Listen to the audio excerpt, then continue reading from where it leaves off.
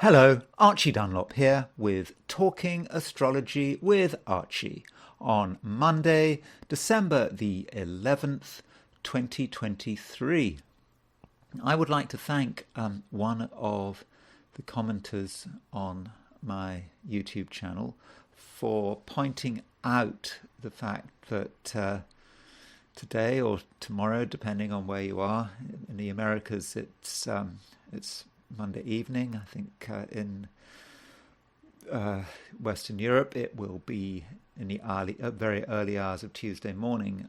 There is an eclipse of the star Betelgeuse by the asteroid Leona. Yes, the commenter, I think his name is Alan. He pointed this out. I didn't really know about it. It shows how behind on the news I am. So I really should have been aware of this. And he wanted to know about what impact this is going to have astrologically. So in this video, my main topic is going to be to try to work out what it might mean. Now, I'm not saying I'm going to come up with anything dramatic, but to just give you an idea about what is going on, let me just show you what the website of Sky and Telescope says about it. So Sky and Telescope, in a December the 5th article, wrote, Sky and Telescope, the essential guide to astronomy. And it says, asteroid to cover Betelgeuse on December the 12th. So astronomers are gearing up for an unusual celestial event, an asteroid's occultation or total covering of an iconic star. So there is a star, Betelgeuse, and it says, imagine your favorite constellation without one of its brightest stars. For a brief moment on December the 12th, this may happen to Orion. So we've got the constellation of Orion, and Betelgeuse is one of the stars in that constellation. And at around 8:17 p.m. Eastern Standard Time, the asteroid Leona is going to cross Betelgeuse, and the article says an occultation of a first magnitude star is rare.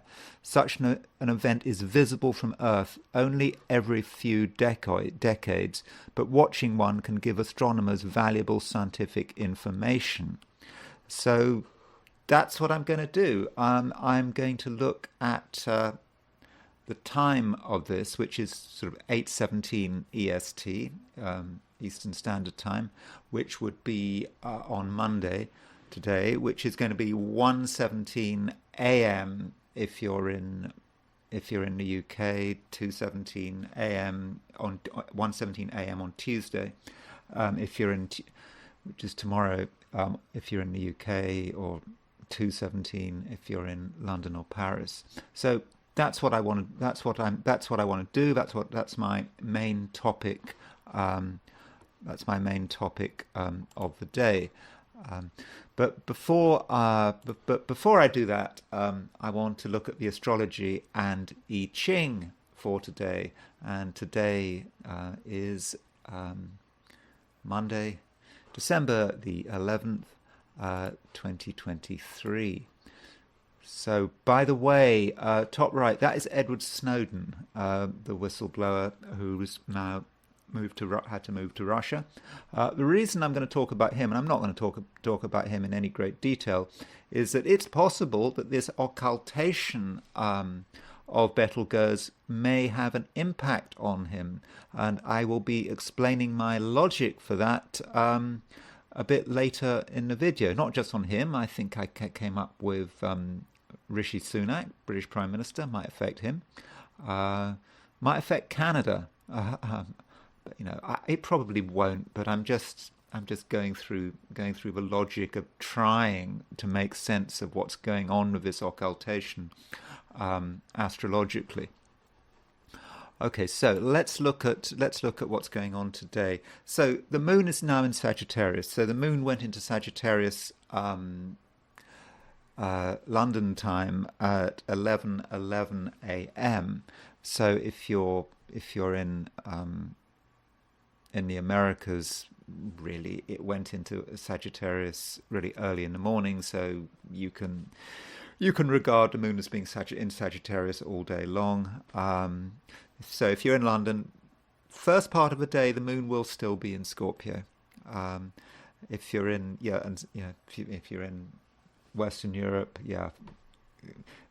just around lunchtime, just before lunch, the moon goes from Scorpio to Sagittarius. If you're in Australia, New Zealand, moon is going to be in Scorpio for pretty much all day. So you're going to have to wait until tomorrow, Tuesday, to really feel the impact of the moon going into Sagittarius. So moon going into Sagittarius, it is a big change. With the moon in Scorpio, things can be just a little bit too emotional. We can be brooding. We can sort of have negative feelings. I say this because all things being equal, moon does not work very well in Scorpio. The moon is exalted in Taurus, so it is fallen in Scorpio. So it's not great having a moon in Scorpio, but a lot of people have moon in Scorpio and they survive with moon in Scorpio, and they have wonderful lives and they have wonderful days when moon is going through Scorpio. So it's just all things being equal, moon in Scorpio isn't great.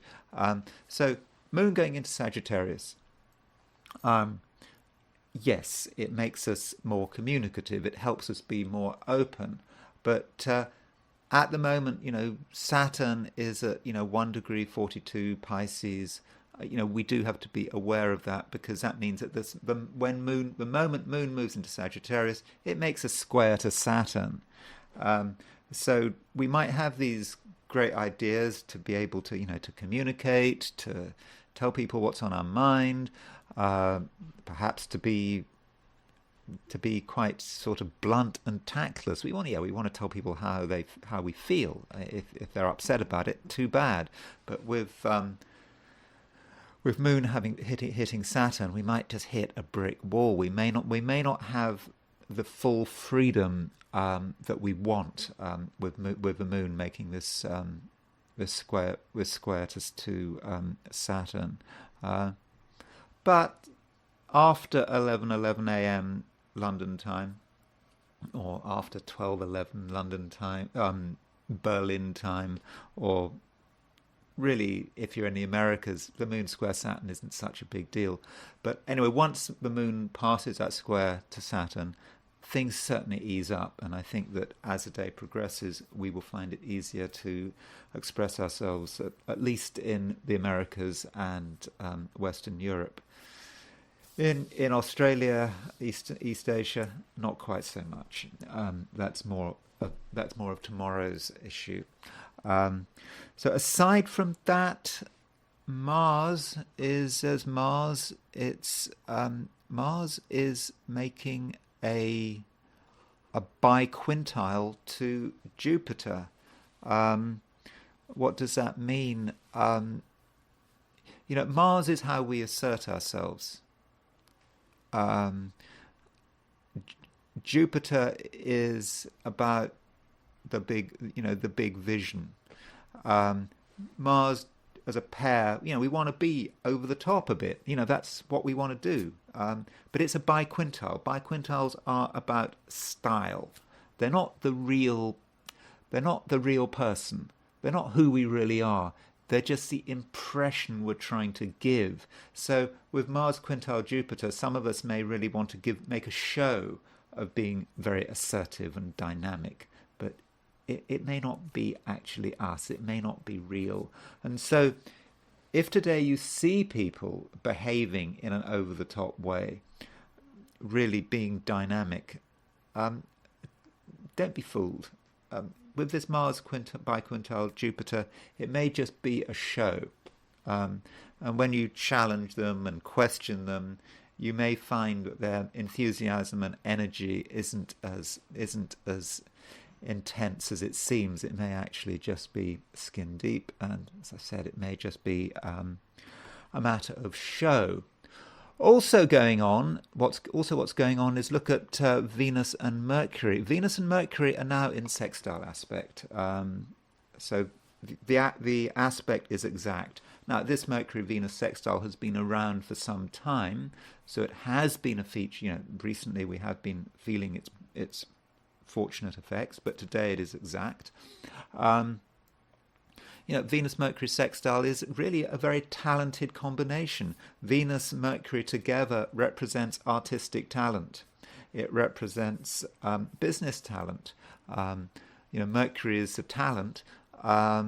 Venus is the aesthetics, but Venus is also the ability to communicate. So now is a great time to communicate our talents. It really is. People need to know what we can do, and if we want to create something, now's our chance. Let's just do it.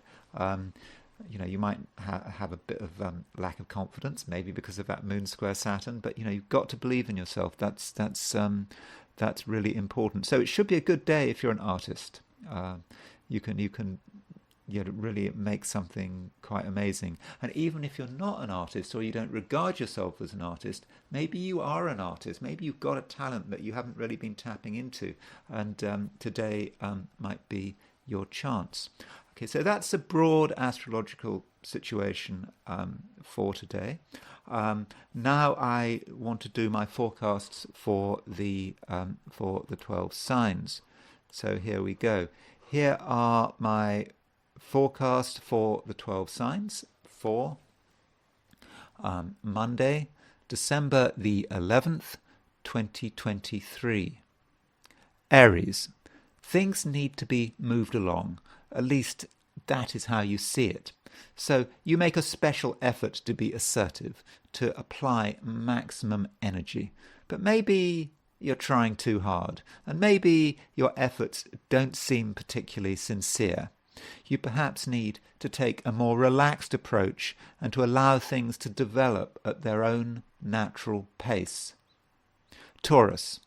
You're trying your hardest to deal with other people. They have many demands and they might be emotionally draining. But you do need to consider your own interests and ask yourself in which direction you want to go. Certain people can hold you back and create emotional traps. It's your vision of the future that matters. Gemini. You had a lot of stuff to get out of the way, and it might have all seemed rather boring. But you have made good progress, and the overall situation does seem to be improving. You can now start turning your attention to other things that are more interesting. In the process, some of your friendships and partnerships might need to change. Cancer. What was exciting not so long ago is starting to become tedious, and you might therefore feel that one chapter is closing and another chapter is starting. But just because you want to change doesn't mean that you can change, because there may be resistance from the outside world. If you want a real transformation, you'll have to be tough. Leo. You have to make some effort to keep moving, because if you linger in one space for too long, you could find yourself getting dragged down, perhaps in a spiral of pointless emotion. But by jumping from place to place, you're giving yourself variety, and you're preventing any one situation or person from overwhelming you. Virgo. There is something out there that needs to be stabilized. It has got a bit out of control, and some of the details have got confused. You now need to address the issue and make sure that further chaos won't happen. It may be about the impression people have. It could also be about the things going on in your own home. Perhaps something needs to be repaired. Libra. You still need to guard against over-expenditure, but the danger is now diminishing. And in general, you should try to think less about money. There's not much you can do in a short term to increase your financial resources, and perhaps you just have to be happy with what you've got. Scorpio. The moon is leaving your star sign. You do have a lot of influence, but there comes a stage when you have to let other people get on with it, for better or for worse. Yes, you might want to hold on, perhaps because it's difficult to trust, but honestly, you've done your best. Try to be an observer. Sagittarius. It's the beginning of a week, and you're ready to go. After all, the moon is moving into your star sign, but you do have to be patient. The time for action is not quite here, and instead you should think through your plans. If you're honest with yourself, you'll accept that you've made a few miscalculations. Sort them out, and you'll be in pole position for near-term success. Capricorn. It's important to have realistic expectations. You can accomplish a fair amount, but you have to decide on what is important. And remember that the people you're working with and dealing with are running out of energy. They've done what they can, but if you want anything else done, you'll probably have to do it yourself. And is it really worth the effort? Aquarius. You can't carry the weight of the world on your shoulders. At some stage, you have to reach out to your fellow human beings.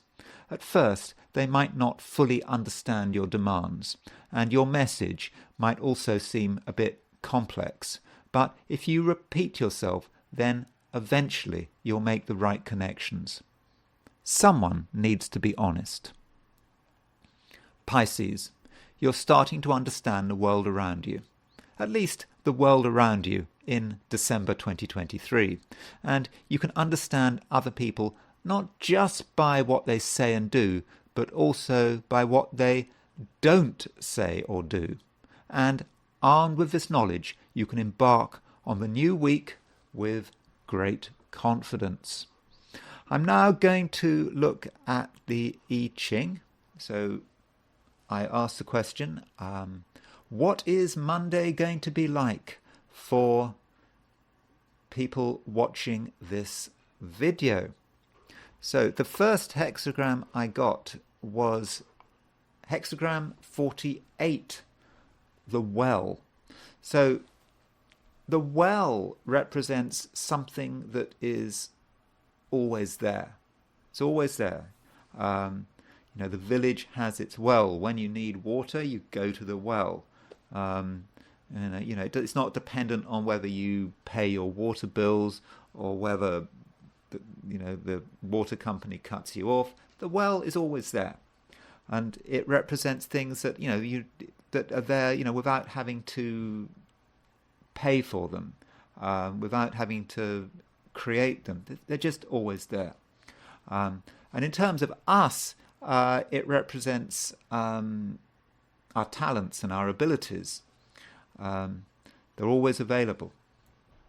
But this hexagram has a lot of moving lines, and there's an indication here that we've got some work to do.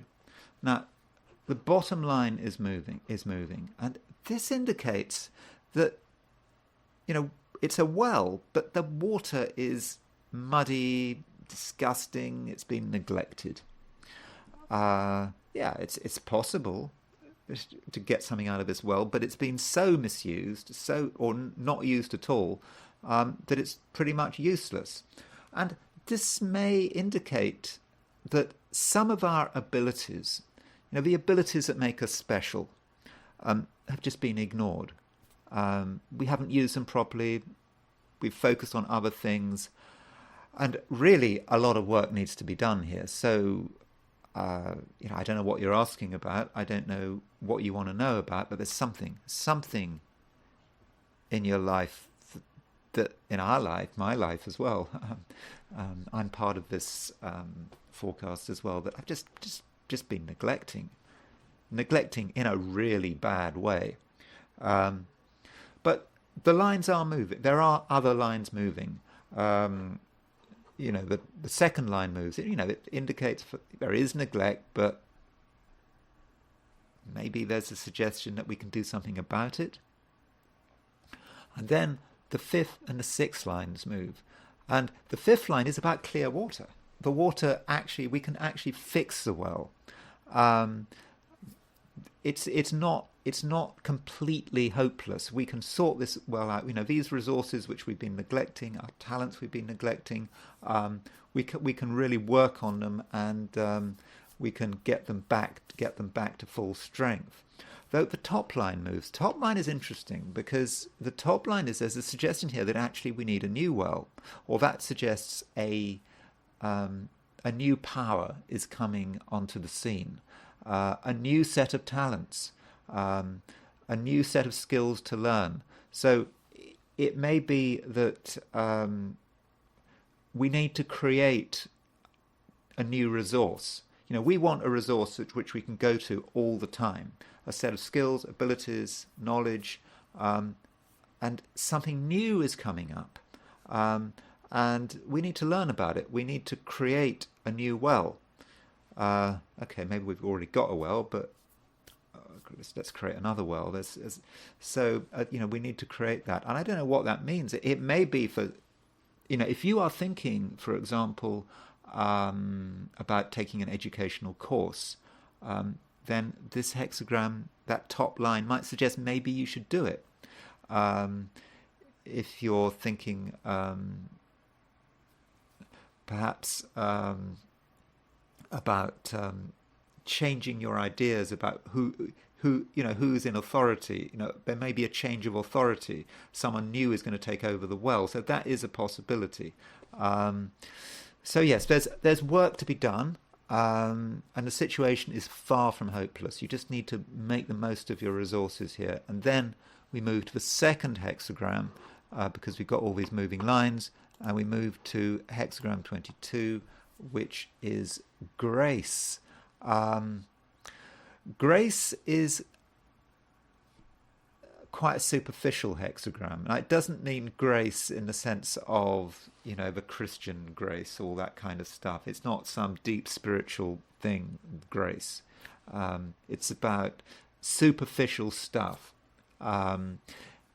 It's saying, okay, we need to just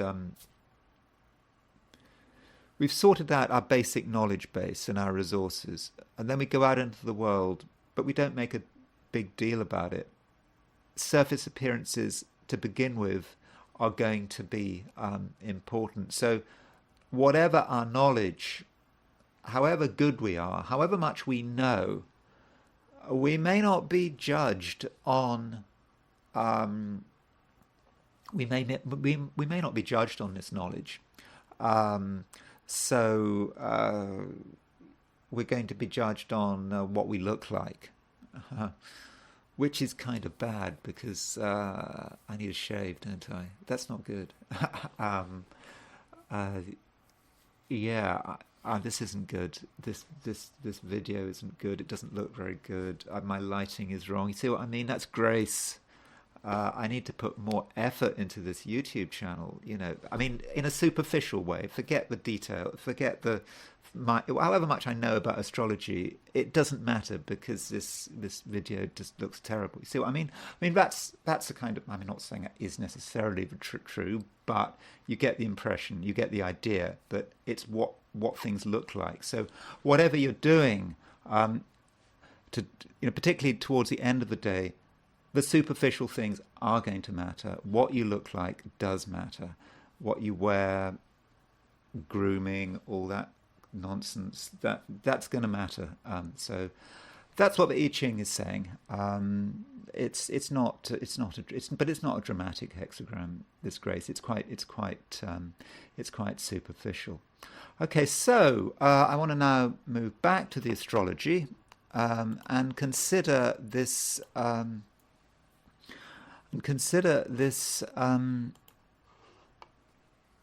This eclipsing of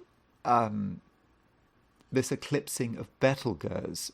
And to be honest, I don't really have a clue what it means. So I'm going to have to kind of build up what the meaning is. So what is Betelgeuse? Betelgeuse is a very bright star. What does Betelgeuse mean? Betelgeuse, I believe, according to Ptolemy, is a star of the nature of Mercury and Jupiter. It's a very talented star. Going back to Vivian E. Robson in his book, The Fixed Stars and Constellations in Astrology, he says of Betelgeuse, an irregularly variable orange star situated on the right shoulder of Orion. Influence. According to Ptolemy, it is of the nature of Mars and Mercury, so Mars and Mercury, and to Alvidus of Mercury, Saturn and Jupiter in good aspect. It gives martial honour, preferment and wealth. So overall, it's a fortunate star, but it's going to get eclipsed by this asteroid called Leona. Now, I am not a fan of asteroids. Leona is not a particularly major asteroid. I think there was an astrologer, Martha Westcott, who had her 37. I think she had 37 asteroids who she highlighted. Leona is not one of those 37 asteroids. So what does Leona mean? Leona is just a feminization of lion. That's what it means. Female lion. That's one approach. Lion, courage, Leo kind of thing. Is that what Leona means? We might also want to look at the chart for the discovery of Leona. I don't know. I've no idea when it was, what time of day it was discovered. I've just guessed 10 p.m. It was discovered in Nice, in France. So I've just set a chart for Nice, October the 8th, 1891. So at the time of the discovery, Leona, the asteroid Leona, was at 11 degrees 7 minutes Aries. So it would have been, I can't even put it on the chart, but it's sort of over here. So it was sort of opposition, the Sun in Libra. So if it's opposition the Sun in Libra, and there's a Sun-Venus conjunction in Libra, that suggests that Leona is about a challenge. Because I'm taking the discovery, trying to use the discovery chart to try to work out what it means. So the easy option is to compromise. The easy option is to just follow the crowd. Sun in Venus, in Libra, very nice. But 11 Aries at the discovery point, that creates a challenge. So Leona is about challenging the consensus. It's about going against the crowd. It's not doing what's easiest. It's about being an individual, and it's got to be fearless. It mustn't be afraid of being unpopular. That's what Leona is, and Leona in our horoscope. That's what Leona is. It's about the capacity to. It's about the capacity to be different, to break the consensus, and it shows where we need to break the consensus. So that's a discovery chart. Now let's look at the chart for the Leona eclipse. I've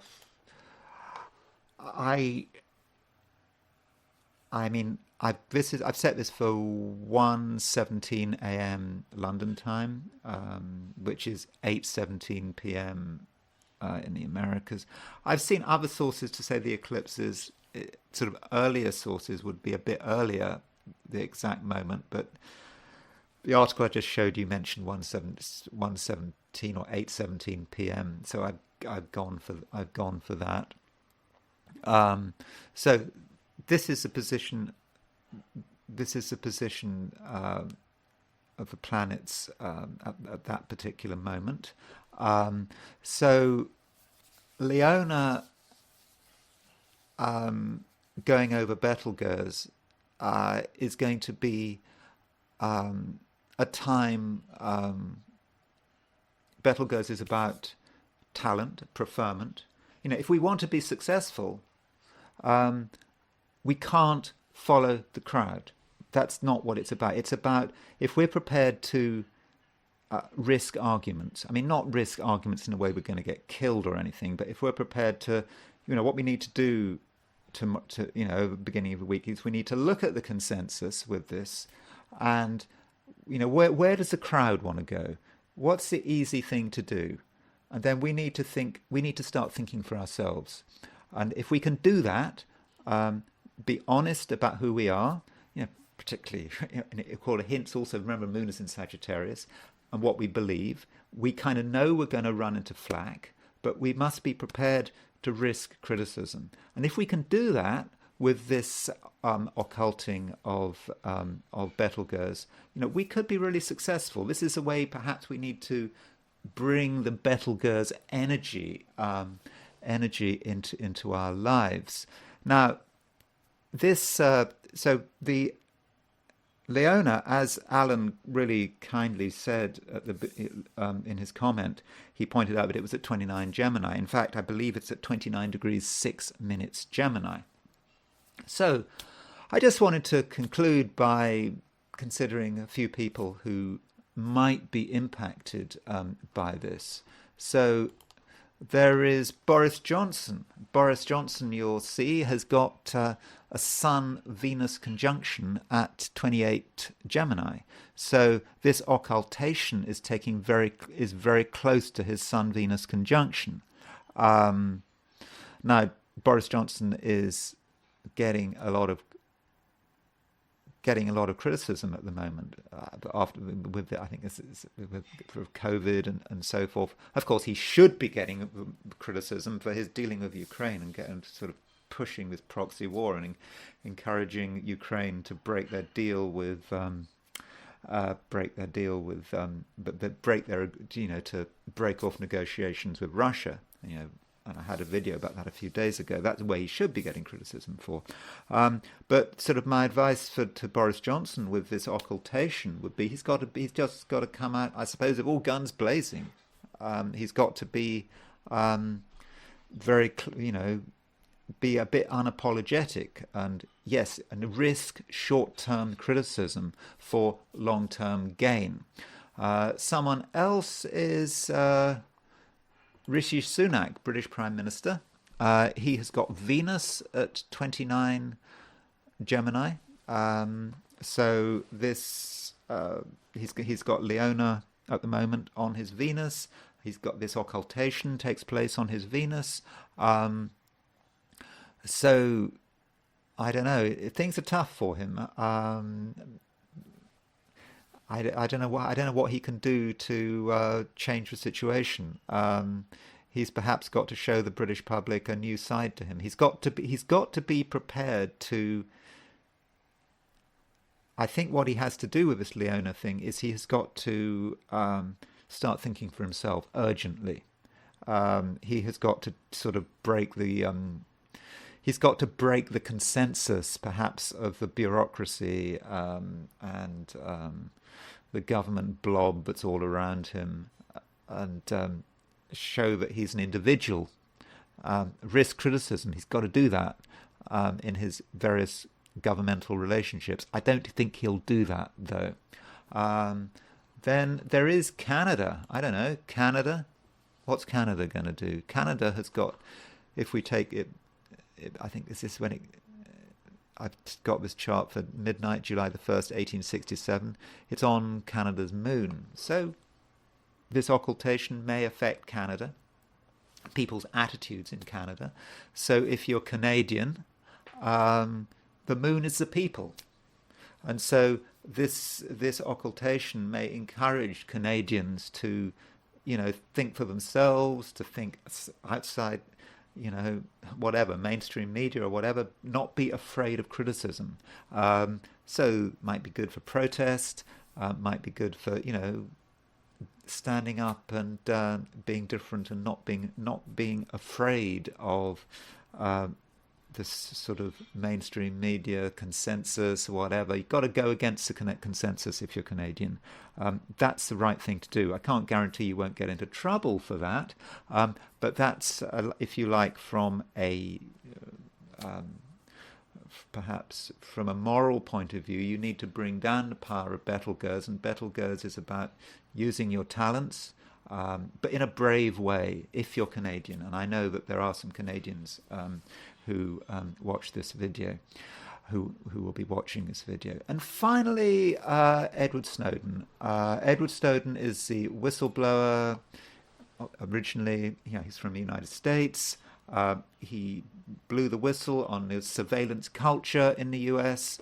And then he fled to Russia. He's now a Russian citizen. And he has got his son at 29, 26, Gemini. And so this occultation certainly affects him. It's a time where he is going to have to look at the consensus. He has his talents. He has to bring his talents out. And of course, it's also linked to the fact I got the well as the I Ching. Maybe some of Edward Snowden's talents he's perhaps hasn't been using to the maximum. Perhaps this is now what he's going to do. Betelgeuse if a Betelgeuse energy could be affecting him, encouraging him to take a stand in certain areas of his life. But we'll probably never see anything. But the reason I'm talking about Edward Snowden and Rishi Sunak, Boris Johnson, is not necessarily because I think anything is going to happen, at least anything we're going to find out about. I just want to provide some kind of process by which we might try to understand how this occultation of Betelgeuse might actually be working. Anyway, thank you for listening. That's all I'm going to say. I will talk to you. I will talk to you again tomorrow.